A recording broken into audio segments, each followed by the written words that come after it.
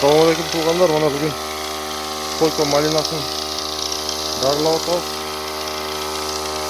Şunday tuğanlar.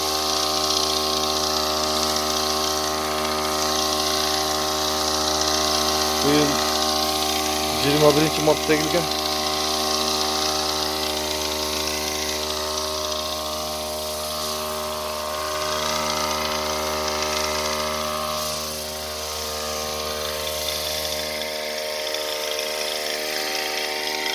%70-80% ko'paydi. Ular tartib ariqlarni berib o'tamiz.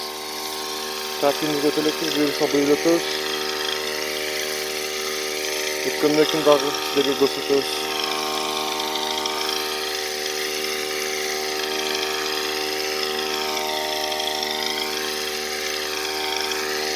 Bugün 17-iyun.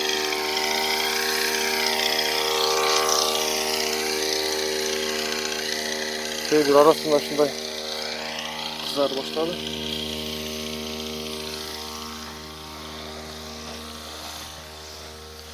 Ve büçür baylap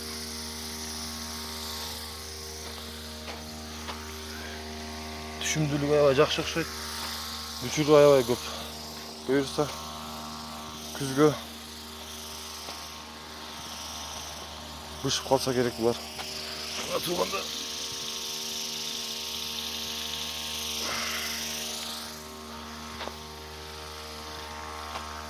şunday bugün darılap atабыз.